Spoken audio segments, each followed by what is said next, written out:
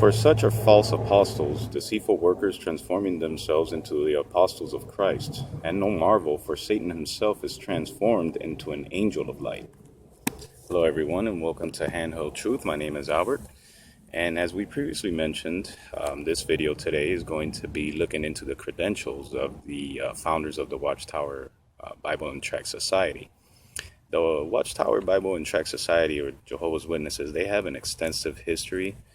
It was all started by William Miller with the International Bible Students Association, in which it was a cast of about 7 individuals, and among them was Charles Taze Russell. Now, Charles Taze Russell was a Freemason. I'm not going to get into the Freemasons because my goal is to expose the Watchtower, not any other organization. But I'm going to include a link in the description where you can go and do your own research. And then after Charles Taze Russell comes Joseph Rutherford, and Joseph Rutherford is the founder of the Jehovah's Witnesses. So with that being said, let's go ahead and look into the credentials of the Watchtower Bible and Tract Society. Let's watch. Ladies and gentlemen, this is Baphomet. He is the Knights Templar and Freemason God. Here we have a Freemason symbol that says, "In this sign you will conquer." And that symbol is found on Pastor Charles Taze Russell's tombstone. He is the patriarch of the Watchtower Bible and Tract Society. I could put in a lot of information on this guy, but that alone just freaked me out, so I assume it should do the same thing to you. You can look more into this guy on his teachings and his beliefs on how bizarre they were. He had a fascination with pyramids, which is, I guess that's why he has a tombstone, but he was a Freemason, and he worshipped Baphomet. After he died, his successor was Judge Joseph Rutherford, and here we're going to see some of his writings in regards to 1925 and what he had to say about them. Here we have one, "Millions Now Living Will Never Die," which was very popular.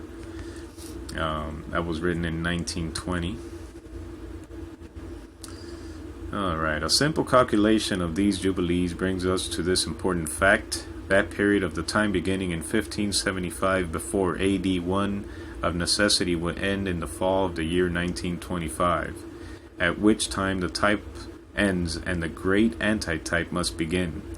What then should we expect to take place? A full restoration. The great antitype must mark the beginning of the restoration of all things. Since other scriptures definitely fix the fact that there will be a resurrection of Abraham, Isaac, and other faithful ones of old, we may expect 1925 to witness the return of these faithful men of Israel from the condition of death, and made the visible legal representatives of the new order of things on earth. As we have heretofore stated, the Great Jubilee cycle is due to begin in 1925.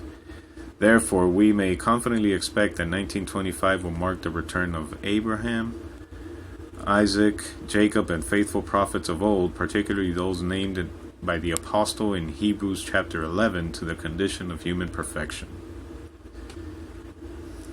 Based upon the argument heretofore set forth, then, that the old order of things, the old order is ending and therefore passing away, and that the new order is coming in, and that 1925 shall mark the resurrection of the faithful worthies of old and the beginning of reconstruction. It is reasonable to conclude that millions of people now on the earth will still be on the earth in 1925. Then, based upon the promises set forth in the divine word, we must reach the positive and indisputable conclusion that millions now living will never die. Okay. Alright. A reference to the 70 Jubilees.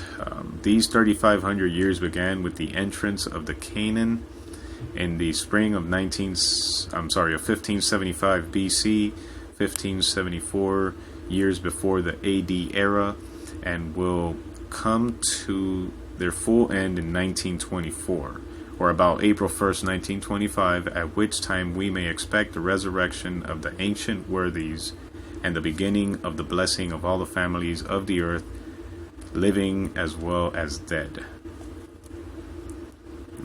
right here on the Golden Age, September 15, 1920. Hero, millions now living, world die. Oh, this is I don't know what this was, the Golden Age. I gotta look into that. Millions now living will never die. The title of this remarkable booklet by Judge Rutherford is not a trick or a catchphrase, but the most serious proclamation built on Bible facts as set forth on the pages of this booklet. Facts which, while applying specifically to human beings, are immediate and observing interest to consecrated believers as well. This one's a little corrupted. Millions now living will never die. Keeps going on. It will be conclusively proven by many biblical prophecies which have been fulfilled during the past 4 years, and from many others still in the course of fulfillment. And that's as much as I can read. And let's read down here. I want the statement millions now living will never die to be taken literally, as it is in the light of recent fulfilled prophecy and provable biblical proposition. Joseph F. Rutherford. Okay, this is on a newspaper, April 11, 1921. The purpose of this free lecture is to furnish every inquirer positive biblical proof and secular evidence based on the prophecies fulfilled during the past 5 years, that we will within the next 5 years enter this long hope period, when families will be reunited and happily on earth ever after. For there shall be great tribulation, such as has not been since the beginning of the world until 1914 through 1925. 1914 was World War I, so they freaked out, and that was the beginning of the Great Tribulation. Nor shall be, and except those days be shortened, no flesh would be saved, but for the elect's sake those days would be shortened, and millions now living will never die. Millions now living will never die, a most serious proclamation built on Bible facts, showing that we are even now living in the end of the age and in the time of trouble. Spoken of by Jesus in this great prophecy of Matthew 24. Here's another magazine, and here are, it went nationwide, so that millions now living will never die was actually really popular. Let's go ahead and read a couple scriptures really quick here.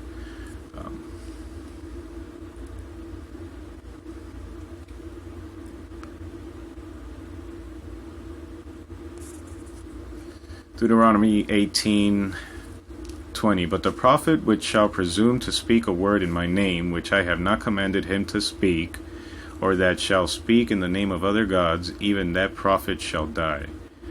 And if thou say in thine heart, how shall we know that the word which the Lord hath not spoken? When the prophet speaketh in the name of the Lord, if the thing follow not, nor come to pass, that is the thing which the Lord hath not spoken, but the prophet hath spoken it presumptuously. Thou shalt not be afraid of him. Don't be afraid of the Watchtower. Let's also read Matthew 7:15.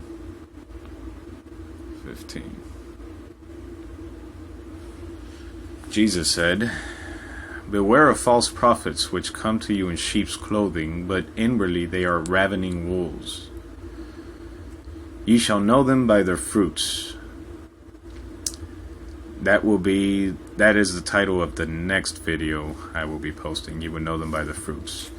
Let's also read Matthew 24:24.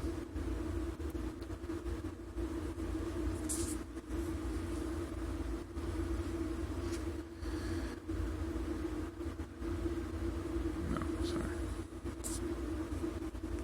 I'm not even at 24. So annoying.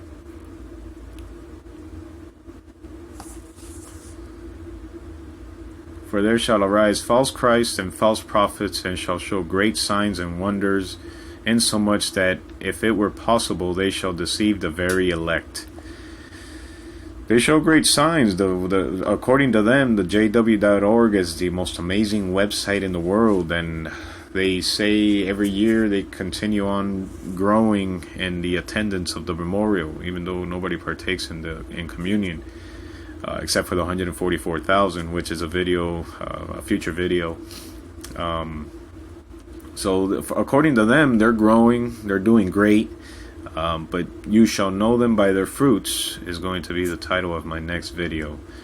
Lastly, let's read verse 36.